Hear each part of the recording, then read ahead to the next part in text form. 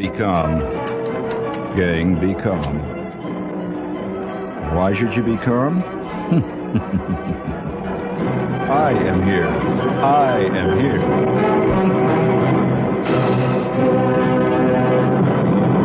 Tonight, before we get involved in the trivia of existence and life, would you please set up would you please, Marty, my salute? We here, as part of our vast public service programming, salute people who have done outstanding public services of our time. And would we all set in there? Wait a minute here. I got to check here. I got to get this. Has to be absolutely true. Ready? I cannot do anything that is not true. Not at all. It's got to be all right.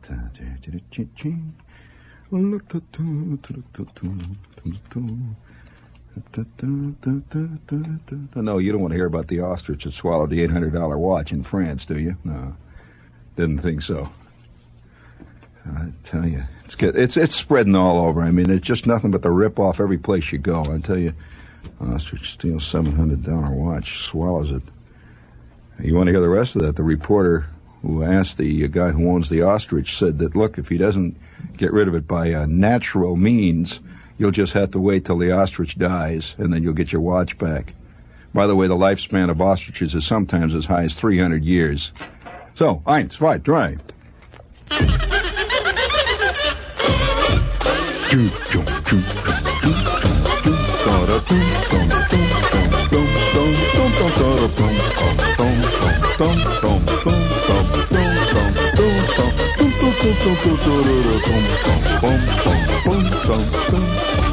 You are now listening to the Hammond High Fight song, which has spurred many a football team on to total disaster.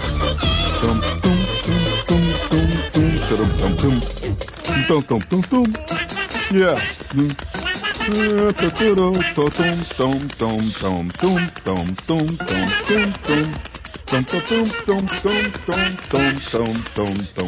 We now salute an unknown citizen of Flint, Michigan, of all places.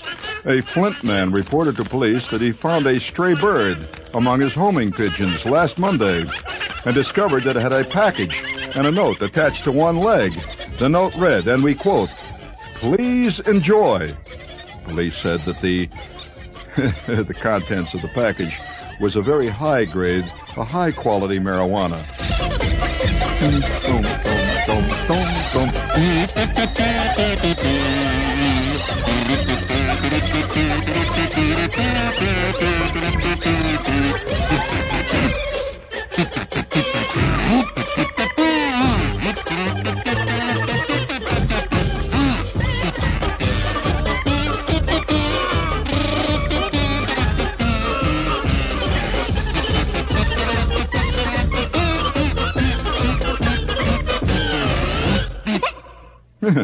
That was nice. You like that? God, there's no substitute for talent. Hello, thank you. No substitute for talent at all. Just no way. Hey, we got a very difficult thing here to deal with tonight. Don't quite know how to deal with it. It involves a lot of difficult problems here that we don't want to bring right out into the open. First of all, you've probably noticed that a lot of your fellow citizens are laying off. And there's a lot of goofing off. You notice this? You notice how many people goofing off? I mean, not you, of course. No. I mean, all present company accepted, naturally. No, not at all. After all, you've earned what you do, laying around there under the daybed, up there in the lounge. You've earned that because of the fantastic amount of work you do. Hey, I don't know what the Times is trying to say to me, but there's a little quote, a little squib at the bottom of one of the columns in the Times. It says automatic washer sales equal those of wringer washers for the first time in 1953. Now, I repeat, I'm reading it exactly, truly correct. Automatic washer sales equal those of wringer washers for the first time in 1953. Well, I read that, see, and I thought about that. I was sitting in the H&H there. I was trying to, just trying to contemplate my navel for a while. I'll tell you that when you need a place to contemplate once in a while. You do. I given up on the John. That used to be great, but this place where I go now, they installed a transistor radio in the little roller, that operates for the paper and all that. Every time you go in there, it turns on. And, it's after a while, and they always have it tuned to this all-news station. And that's kind of disturbing. These guys keep going on and on about explosions, strikes, floods, famine, plagues of locusts. And not that I don't mind locusts. I'll tell you, I'm one of the few guys probably in this area who's ever actually seen a real locust. And I was really present at the time a plague descended. I really was. You've seen them in movies, haven't you? Well, it's a hell of a lot more exciting when it's live, I'll tell you that. I mean, movies only get to the start of it. Ate my socks right off. It was just exciting. You see, the thing about locusts is that they don't stop at nothing. To quote Big Ben Davidson, who was, as you know, a famous, you saw one 17 years ago? That means it's almost due again. If it was 17 years ago, Marty, be careful. But to quote Big Ben Davidson, who, as you know, is a famous writer of one-act plays, Ben Davidson says, I don't stop at nothing. And that's quite true. Of course, I'm not so sure. That's a metaphysical remark, and I don't like to argue with people's metaphysics at this time.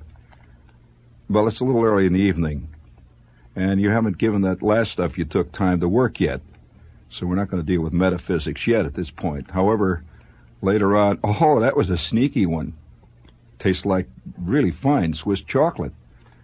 And don't be taken in by that. I once know a kid that ate an in fact, a box and a half of that stuff because it tasted like a fine Swiss chocolate.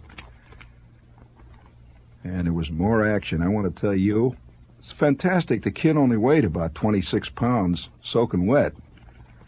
But we don't want to go into that. That's a sickening thing at this hour. There's a lot of people still winding up and winding down from the day. I would like to report, however, that there's a growing belief that not only man is goofing off, but it's spreading. It's just a spreading thing. It's everywhere you go. No, I'm serious. For example, we have a note from Warrington, England. Now, I'm a guy, I take England, or I can leave it alone. I just like anything else. You get too much of that. I never forget the time I was at this elegant club with a guy in London, yes. And they had this, I believe it was Stilton Cheese.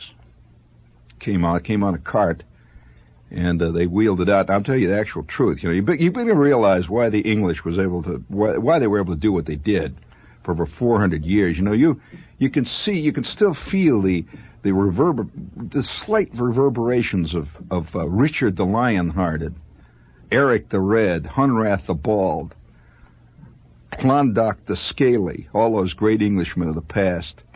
They were not all, believe me, they were not all Laurence Olivier. They certainly weren't. Great heavy prognathous jaws, blue teeth, yes, and they had these little BBs for eyes. And I was sitting in this club with this gigantic Englishman, the kind that never really says anything clearly. It's got an enormous yellow mustache. It was faintly beaded by tobacco juice. And you don't see that in English movies. A gigantic guy. He did this a lot. And they can do that with such fantastic expression. Just a clearing of the throat that sounds a little bit like the thing that a rhino does just before rutting season. And he's about to tromp you into the dirt. And he goes, Stilton Cheese, very good. Well, he was telling me that the Stilton Cheese is good here. At which point, see, I learned the language. I was there for a while, long enough that due to my superhuman ear for the human voice and my incredible sense of pitch, which has enabled me to master the Jew's harp and a kazoo, I was able to understand what he was saying, which was the Stilton Cheese is excellent in this place. Well, I said, very good, very good. And he turned. Yes, he did. He turned, and there was a waiter who was lurking over by the side of the door there under a picture of Winston Churchill, who had been a member of this club many centuries before. And Churchill in this picture was grimy with smoke, pipe smoke and tobacco juice and all the stuff that was around in this club, and the accumulated the accumulated effluvia of thousands of long conversations about the Battle of Britain, which had drifted up to the ceiling there. And then, of course, endless vituperations on the rest of the world had caused this picture to look like a toad looking out of a swamp, which is what Churchill looked like in this picture. Excellent memory, see. So the man sitting next to me went again like the and the waiter darted back. They understand each other. That's the amazing thing about Englishmen. Of course, you find this is also true of other populations in various parts of the world. I've often wondered how the hell a Spaniard understands another Spaniard. They speak so incredibly fast that there's no way, you can't believe it, that they can understand each other. Every third word to every Spanish-speaking guy I ever heard is mira, mira, which roughly translates, stay away from the mirror because you're liable to get the truth. And which I suppose says a great deal about the bullfight mystique, which is part of the Spanish mystique. And nevertheless, I was sitting there. You want to hear about the Stilton Cheese, right? Well, I was sitting there, and this is one of the great culinary moments of my life. I'm sitting there at this table among this great, elegant crowd of elegant people. This is the kind of club, really, the Englishmen have clubs that go back to, 4 or 5 millennia B.C. That's right, they do, right, Reg? Isn't that true? Jerry, in fact, I was there with Reg. Jerry, his brother, is in there. He's working on a mustache, but it'll take a while because, you see, like the playing fields at Eton, as you know, the playing fields of Eton were the result of 600 years of tender care and rolling and snipping. And as we all know, the world was won on the playing fields of Eton. That is, all the wogs were beaten on the playing fields of Eton. I'm using an English phrase here, not me. It's not mine. So, nevertheless, this produced a fantastic race of people. Due to the fact they were living on a place roughly the size of Lake County, Indiana, it made them very nervous, very tense. Because after all, England is nothing. Well, the state of Utah could put England in its back pocket and not know that it's even got a lump there. So, there's no problem. That just made the Englishmen very nervous, this little island, this blessed island. So, ultimately, Englishmen get very, very tough. Very tough. Hard men, grizzled men. First of all, they began by dyeing their bodies blue, which scared the hell out of everybody that came around them for a long time. In fact, many of them still do, certain parts of London. Civilization has not yet seeped into certain areas of the East End. Let's put it this way. The rest of the world's civilization, they've got their own. And they speak in strange, squeaky monosyllables. And so I'm sitting there in this club. And I have just yes, dear, I've just had a fantastic meal, which I didn't want to ask him what it was. Kidney and blood pudding, I found out later it was, and I want to tell you this. When you've sat down to a hearty meal of kidney and blood pudding, you're ready for a brownie at the chock full of nuts, as a kind of an escape from this bloodthirsty world. After all, what do you think Bluebeard was? Bluebeard, was he Swedish? Of course not. Guess what he was? He didn't come from Staten Island. Not at all. Rumpelstiltskin. What nationality do you think Rumpelstiltskin was? That's right. And don't forget Ethelred the Scaly. Very exciting. This is Flying Bird. Right. I don't know. This is getting silly. But nevertheless, I might as well finish the story there. I mean, kind of a dull story because it makes me sick when I think of it. Certain stories should give you a sense of exhilaration. You get exhilarated, right? When you see the Hunchback of Notre Dame or something like that. You get all excited and you love it, great things. Very exciting stuff. But this story is a sickening story, and as long as the kids are in bed, I'll tell you about this. I'm sitting there with this guy in his club. I've never been in an English club. I mean, the kind of clubs I go to, like the Little Orphan Annie's Secret Circle, Boy Scout Troop 41. Those are the organizations that I belong to. We have meetings once in a while. We sit around, tie knots and stuff. But these clubs, I don't know quite what they do. They sit in front of a fire, look mad a lot, and they drink port. Now, I don't know whether you've ever drunk much port. That's a special thing that the English can do. And don't laugh at it. After all, we drink Yoo-hoo. It's an acquired taste, and there's something about it. Can't explain it. Only an Englishman understands port. Yes, nut brown port. They keep referring to it as nut brown, and the aged port. And it's to me, you know what port always tastes like to me? You don't mind if I say this to you, Jerry? Do you know what port tastes like to me? Well, it tastes like to me a cough medicine, which we call here in America Rem. Have any of you ever heard of Rem? You haven't heard of Rem? Oh, I used to drink it on the rocks. It's great. Rem. I had an aunt, as a matter of fact, who got hung on Hadacol. Now, possibly many of you never heard of Hadacol, but the Hadacol was known as a tonic. And we had this aunt in my family who was what they call a holy roller.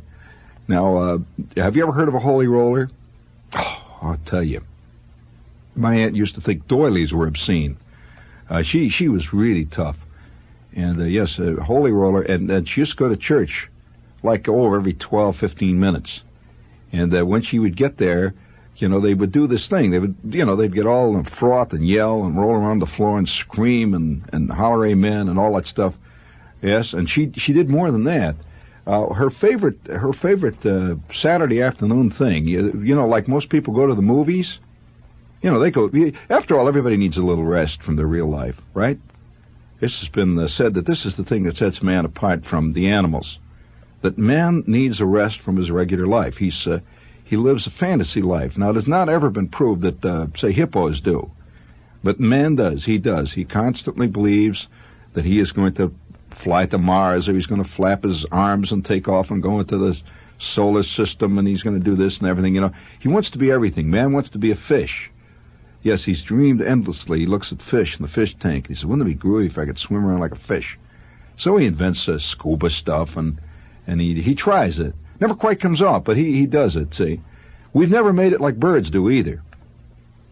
I mean, I've never heard of a bird, say, forgetting to put down its landing gear on landing. And yet, they say that among twin-engine pilots, and I speak as a pilot, there's only two kinds of twin-engine pilots. The guys who has landed without their landing gear down, and those that will. That's it. There's only two kinds. So I have not yet seen a sparrow do that. So obviously they're a little more with the flying thing than we are. They don't have to sit around in a lounge when they're flying and get bombed out of their head, so they forget they're 35,000 feet in the air going 700 miles an hour. The bird, he just flies around, looks down, he laughs, digs it. That's his medium, right? What is it, the medium, right? Okay, you know about mediums, sitting there at night with the bugles, and Abraham Lincoln is talking through them and all. Well, I don't know quite what that has to do with birds flying through the air, but that's what they explained to me a medium is. Now, are you, confusion in there? Everything's set. Okay. All right, you keep interrupting me. Yes, dear. Yeah, all right, smart guy, but when's the last time you saw a bird with an ADF? When is the last time I saw a bird with an ADF? Honey, they invented it. As a matter of fact, one of the great mysteries of aviation is how birds do have an ADF. Tell her, Jerry, will you? They do not know how it is that birds can fly 1,250 million miles, apparently against bad weather, unbelievable crosswinds, in completely 0-0 weather, and still find Capistrano, for one. Yeah, they do. A lot of twin-engine planes have failed to do that. They haven't even come within 3 states of it. Yes, I remember one time in my own, I was on a cross-country. I'm flying away there all by myself, see, and I'm buzzing along there. Everything's working. I got the Omni going. Everything. I think I got it under control, see. Going along there groovy. And all of a sudden, I see the ocean coming up off in the distance. It looked like the ocean. There's a lot of water down there. It stretched for millions of miles as far as I could see. Well, I was flying due west from Jersey. Couldn't figure out how I was coming to the ocean. Still haven't figured it out. I just, what I did just was reverse everything, go back to where I come from, told them on the ground the weather was too bad, and I went home and thought it out a bit, Here I am again. So anyway, I'm sitting there with the Englishman. See, I don't know why I decided to tell you this story. We have a note here. It says, "Do you know that you can carry on any conversation with anybody with 3 phrases?" Get out your notebook, gang. This will appear on the final. This will appear on the Blue Book exam. This is part of our education. This is an educational show. And part of our educational show work is how to use language. Got to learn how to do that, right? Man communicates by language. So here is a tip which you can carry to good stead. Do you know that you can carry on any conversation with anybody with 3 conversations, just 3 phrases, just 3. First phrase is, beats me. Write that down. I'm serious. Write that down. Beats me. Second phrase is, that'll be the day. Write that down. That's phrase 2. And the last one is, I'll be damned. Try it. Try carrying on a conversation with Aki. Of course, he's been doing that with you for years. So it really it doesn't matter. However, I'm sitting there in this club, see, and this toad-like picture of Winston Churchill is looking down at me. And I'm about to have a lesson in who was it who said the only trouble with the Englishmen and the Americans, the reason they never get along, is that they believe they can understand each other because they theoretically share the same language. Who was it who said that? Wasn't that sounds like Ed Sullivan, I believe, said that. No, I'm sorry. It was Big Wilson who said that. Yes. A great classical statement. You should have heard what George Bernard Shaw said when he heard that one. Really laid it on him. But, he's a sore head. But, nevertheless, we're sitting in this club, elegant club, a great big thing there, at this picture. And I'm trying to be, when you're in Rome, what do you, it's on the tip of my tongue. When in Rome, you're supposed to do something, it's on the tip of my tongue. I hate to do this. I get hung up on it. I'm going to be thinking about this song. As soon as I get off the air, I'll remember it. When in Rome, do... It's gone. Can't think of it. When in Rome... No. Come on, that's something else. A penny saved is a penny earned. No, that's not the one I'm thinking of. It's something else. When in Rome, you do something. But anyway, I'm sitting there, see... Oh, I know something I did once in Rome got me in trouble, too. I worried for months after that. But nevertheless, I'm sitting... You're going to think about that one, aren't you? I'm sitting in this club and with this guy. He's invited me. Now, he's a high echelon titled gentleman of the BBC. And they are awfully high, and they are awfully titled. And they get it because they have really developed the public be damned attitude. Absolutely. Radio in so many parts of the BBC is not to be listened to. It's to be put on, which is quite different. I remember one morning at 5:30 a.m. I woke up in this hotel and they had a radio in there, and it woke me up. The thing just turned on automatically. It was one of the little English tricks. It turned on automatically, and it was a voice that was speaking in a curious accent, which I later learned was a cross between Lancashire, is that correct? Lancashire accent, and a Welsh accent, which is an almost impossible cross.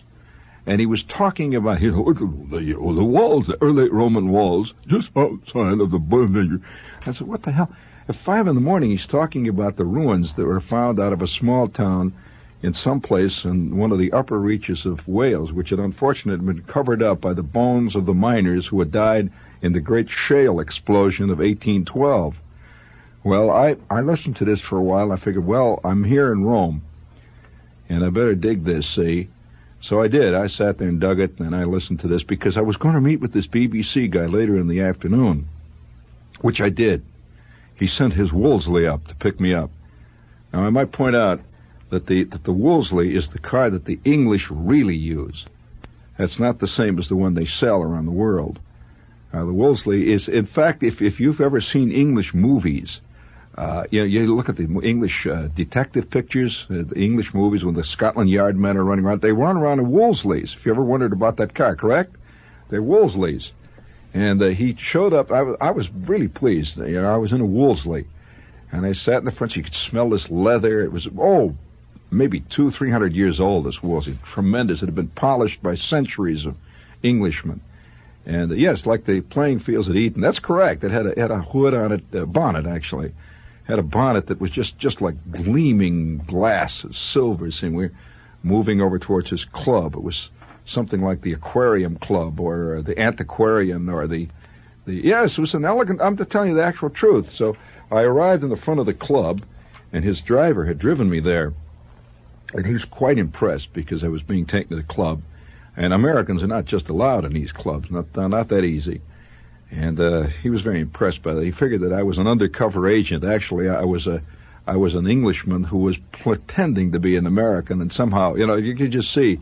So we got out of the car, and he opened the door, and I walked into the club. And here's my friend sitting before the fireplace with 3 RAF wing commanders. Everybody in England in these clubs is an ex-RAF wing commander. There were no privates in those wings that they were in. There weren't even second lieutenants. They had nothing but wing commanders and group commanders.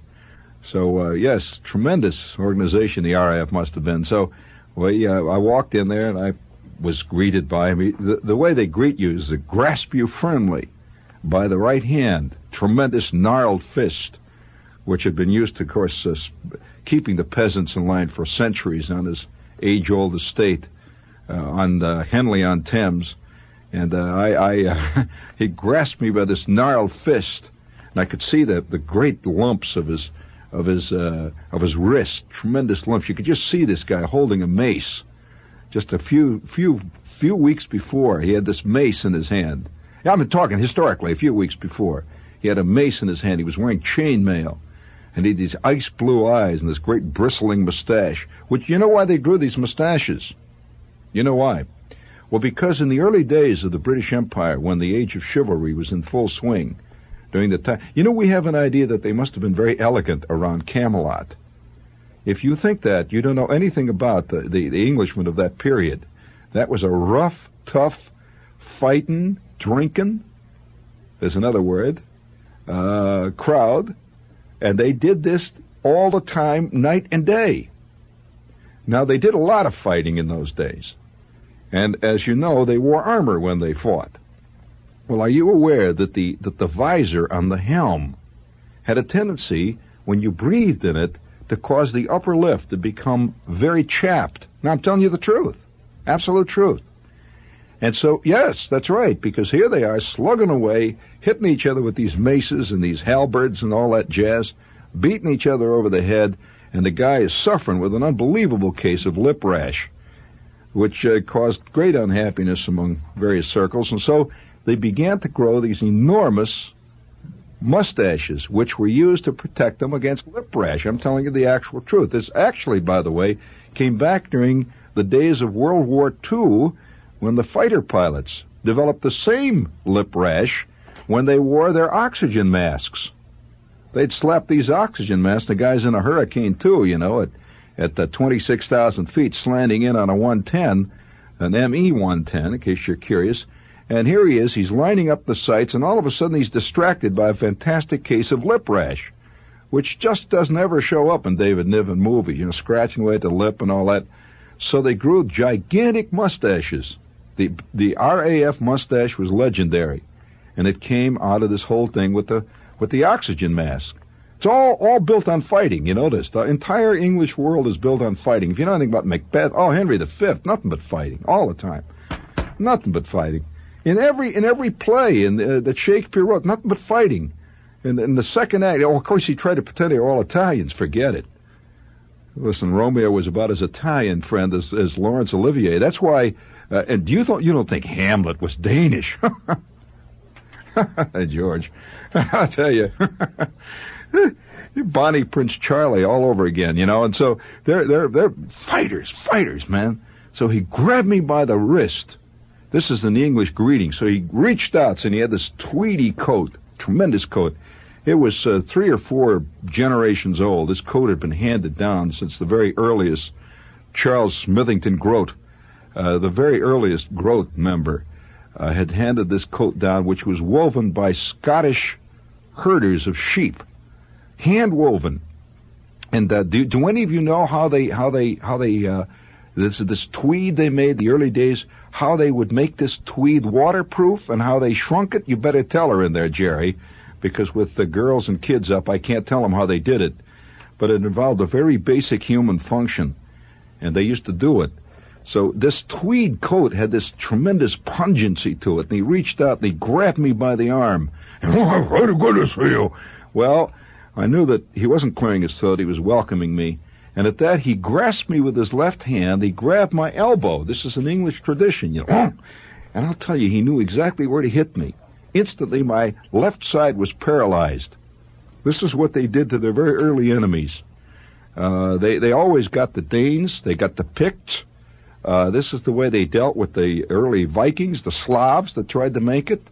What do you think happened to Hunrat the Bald? Same thing. Got him in the kidney right after that. See, he was paralyzed. So we sat down at the table for dinner. I don't know why I'm telling you this story.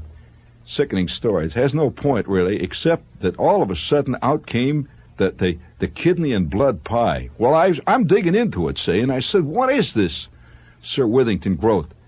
And he said, "Kidney and blood pie. Excellent. Kidney and blood pie." Well, I sat there for a second. I realized I'm in Rome, so I'm digging away at the kidney and blood pie, trying to pretend it was corned beef hash, broadcast corned beef hash, which I'm used to at home. So I finished this, and on came the cheese. They wheeled it out, the Stilton cheese. This Stilton cheese, it was huge. You've seen they're big. You've seen them, right? Huge, thick. Must have been 4, 5, 6 feet thick. Tremendous cheese. And it had wheels on it. And the cheese man of the club wheeled it out. And he was wearing his cheese man's uniform, which goes back to the very earliest days of Alfred II. And he wheels it out. And this tremendous cheese, you could smell it coming. You could smell the cheese coming in from the kitchen. Well, I was wearing a pair of sunglasses in an attempt to hide my shifting emotions when that cheese went past me, and by God, my sunglasses clouded over just from the aroma of this cheese. Well, the cheese man cut me off a slab of it and laid it down on this bit of elegant English china. And I looked down at the cheese, and by God, it was moving. I want to tell you this. The Stilton cheese was magnificent. It was just laying there. It was just like a piece of ancient peat bog or history. It had all kinds of things going for it. I could see Sir Lancelot tearing into a slab of his Stilton cheese. By the way, cut off the same cheese that I was having mine from. A little port, knocked down some stout, and then he went out after a few wogs. So I'm sitting there, see, and I look down, and this thing is moving. It's got little tiny bugs that walk through it. And I could see Sir Charles. He's flicking them out with a little pick. He's elegant cheese. I sat there and flicked the bugs off to one side.